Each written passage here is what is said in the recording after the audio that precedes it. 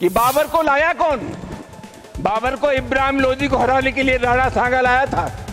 तो मुसलमान तो बाबर की औलाद हैं और तुम गद्दार राणा सांगा की औलाद हो। ये हिंदुस्तान में तय हो जाना चाहिए। सपा की राज्यसभा सांसद रामजीलाल सुमन के बयान के बाद उग्र प्रदर्शन करने वाली करणी सेना आगरा पहुंच गई।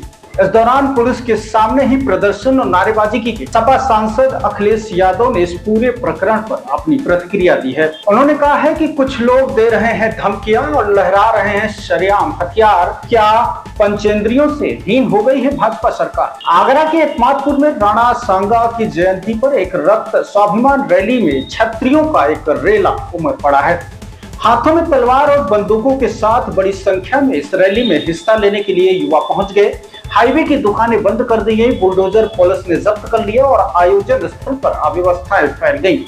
पुलिस ड्रोन से निगरानी कर रही है। बड़ी संख्या में उमड़ी लोगों को देख पुलिस के पसीने छूट रहे हैं। गढ़ी रानी में 20 बीघे से अधिक जमीन पर 4 फीट ऊंचा मंच और पंडाल खचाखच भरा पड़ा है।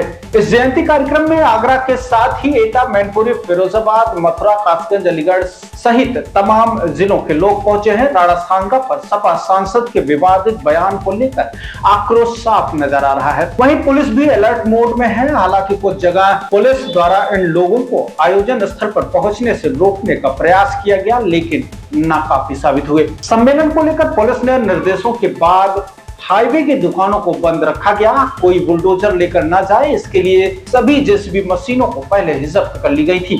सम्मेलन के दौरान हर गतिविधि की ड्रोन से निगरानी की जा रही है। सादे कपड़ों में पुलिस के साथ खुफिया एजेंसियों के जवान तैनात हैं। राणा सांगा पर विवादित बयान देने वाले सपा के राज्यसभा सांसद रामजीलाल सुमन के घर पर कड़ी सुरक्षा व्यवस्था है। गढ़ी रानी में ही पहले छत्री करणी सेना ने कूच कर सांसद के आवास पर हमला किया था और अब इस तरह की कोई अप्रिय घटना न हो, इसे लेकर पुलिस भी अलर्ट है। सपा सांसद के आवास की पुलिस की ओर से सुरक्षा और पुख्ता व्यवस्था की जा रही है। डीसीपी सिटी सोनम कुमार के निर्देश में पुलिस फोर्स ने एमजी रोड पर फ्लैग मार्च किया और बता दें कि एमजी रोड पर ही सपा सांसद रामजीलाल सुमन का आवास है। कुल मिलाकर करणी सेना ने जिस तरह से आगरा के गढ़ी रानी में आयोजित रक्त स्वाभिमान सम्मेलन में हाथ में डंडे और एक एक झंडा लेकर युवाओं से पहुंचने की अपील की थी, इसको देखते हुए साफ तौर पर कहा जा सकता है कि मामला गंभीर है। इस दौरान सम्मेलन में पुलिस फोर्स को देख युवाओं ने हथियार उनके सामने लहराए।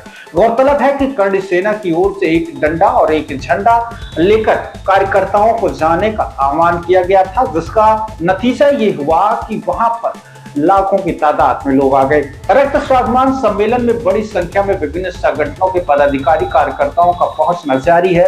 करणी सेना के अध्यक्ष वीर प्रताप सिंह और वीरू भैया हेलीकॉप्टर से कार्यक्रम स्थल पर पहुंचे थे। वहां पर बहुत बड़ी तादाद में उनके समर्थक मौजूद थे।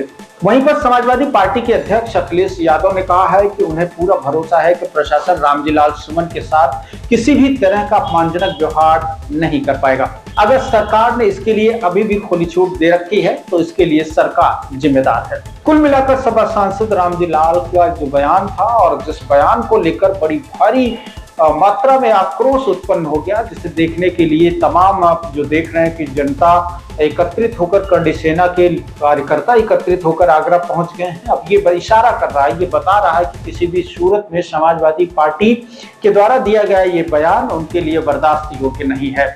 हालांकि करणी सेना ने पहले भी ये चेताया था, अगर रामजीलाल सुमन माफी मांग लेते हैं तो शायद बाद में कुछ लचीलापन आ सकता है।